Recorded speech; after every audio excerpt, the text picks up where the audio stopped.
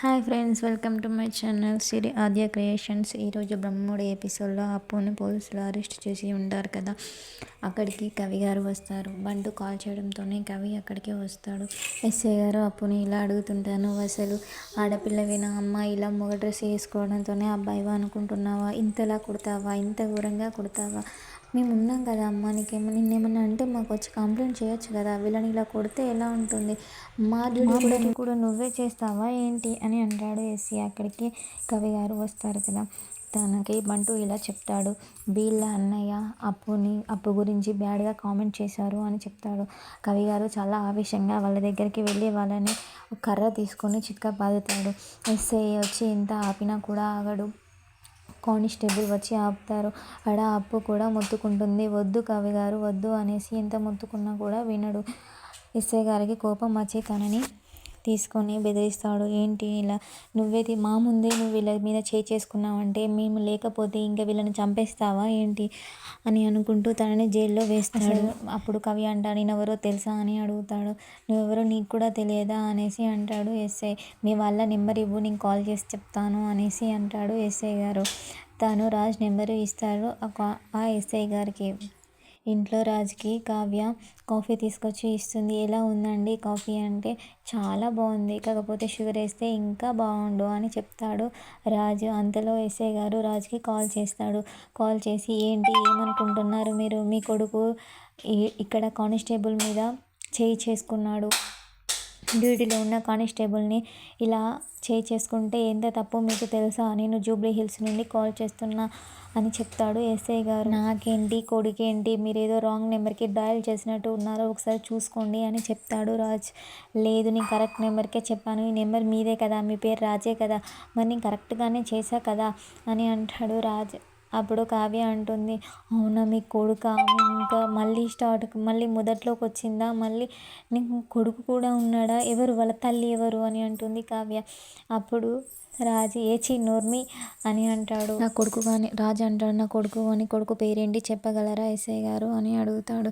అప్పుడు అక్కడ కూర్చున్న బంటి కళ్యాణ్ అని చెప్తాడు. కవి అంట కళ్యాణ్ అంట అని ఎస్ఐ గారు రాజుతో అంటాడు.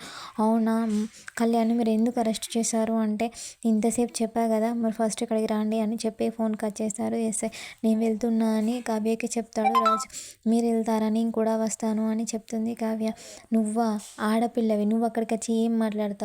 నువ్వు ఆడవాళ్ళు ఓన్లీ గడప లోపలే మాట్లాడగలరు, గడప లోపలి వరకే, బాయ్స్ ఎక్కడైనా తిరగలరు, ఎక్కడైనా మాట్లాడగలరు అని అనుకుంటూ దర్జాగా వెళ్తాడు రాజ్. ఇద్దరు వెళ్ళేటప్పుడు ప్రకాశం వాళ్ళకి ఎదురు పడతారు. ఎటు వెళ్తున్నావు అంటే, రాజు సైలెంట్గా వెళ్ళిపోతాడు. అప్పుడు కావ్య, తమ్ముడు అరెస్ట్ అయితే అన్న వెళ్ళడా అనేసి ఇలా అంటుంది. అవునా, తమ్ముడు ఎవరు అమ్మ? అరెస్ట్ ఎవరయ్యారు? జైల్లో ఎవరున్నారు? అది ఇది అనేసి ప్రకాశం అడుగుతూ ఉంటాడు. అదేం లేదు మామయ్య, వాళ్ళ ఫ్రెండ్ అంట తమ్ముడు అరెస్ట్ అయ్యాడంట, తిని వెళ్తున్నాడు అందుకే అనేసి చెప్తుంది. వాళ్ళు ఎవరమ్మా అంటే, మనకి సంబంధం లేని వాళ్ళు మనకెందుకు మామయ్య అనేసి అంటుంది. అవును కదా అనేసి ప్రకాశం అంటాడు. రాజ్ చాలా ఆవేశంగా ఎస్ఐ దగ్గరికి వెళ్ళి, నా తమ్ముడిని ఎందుకు అరెస్ట్ చేసావు అంటే, మీరు ఇలా చేసి నువ్వేంది దబాయిస్తున్నావు, నువ్వు అందుకేనా మీ కొడుకు ఇలా తయారాడు, అయినా నీ ఏజీ నీది చిన్నగా ఉంది, నువ్వెలా తండ్రి అయ్యావు అంటే, తను నా తమ్ముడు అనేసి చెప్తాడు. అవునా, రాజ్ అంటాడు, నేనెవరో తెలుసా అంటే, ఏంటి మీ ఫ్యామిలీకి మీరు ఎవరో తెలియదా? అందరు ఇదే క్వశ్చన్ వేస్తున్నారేంటి అని అంటాడు ఎస్ఐ. నువ్వెవరైతే నాకేంది, తను కానిస్టేబుల్ మీద చేసుకున్నాడు, ఇంతసేపు చితక బాధాను, ఇప్పుడు మళ్ళీ ఏమన్నా అయితే మళ్ళీ చితక బాధాను అని ఎస్ఐ అంటాడు. నువ్వు మా తమ్ముడి మీద చేసుకున్నావా అని కోపంగా ఎస్ఐ గారిని కొడతాడు రాజ్. అలా రాజ్ పైన కోపం వచ్చిన ఎస్ఐ తనను కూడా తీసుకెళ్ళి జైల్లో పెడతాడు. ఏంటి ఎస్ఐ మీరు బాగా చేస్తున్నారు, ఇప్పుడే కాల్ చేసి నేను మాట్లాడతాను అనేసి రాజు మొబైల్ తీసుకొని కాల్ చేయబోతాడు, నిన్ను ఎలాగైనా నన్ను విడిపించు అనేసి. కాకపోతే ఆ మొబైల్ని కానిస్టేబుల్స్ లాక్కుంటారు. అప్పుడు అప్పు చెప్తుంది బంటుకి అక్కకి కాల్ చేయని. అప్పుడు బంటు అక్క వాళ్ళ కావ్యకి కాల్ చేసి, అక్క ఇక్కడ అప్పు కోసం వచ్చిన కవి వాళ్ళ మీద చేసుకున్నందుకు కవి గారిని అరెస్ట్ చేశారు, అలాగే కవి కోసం వచ్చిన రాజన్ను కూడా అరెస్ట్ చేశారు, నువ్వు కూడా ఇక్కడికి వచ్చి ఎవరి మీద చేసుకోకక్క, లేకుంటే నిన్ను కూడా అరెస్ట్ చేస్తారు అని చెప్తే, సరే నేను వస్తున్నా అనేసి కావ్య అక్కడికి వస్తుంది. వచ్చి నమస్తే ఎస్ఐ గారు అంటే, సరే కూర్చో అమ్మ అని అంటాడు.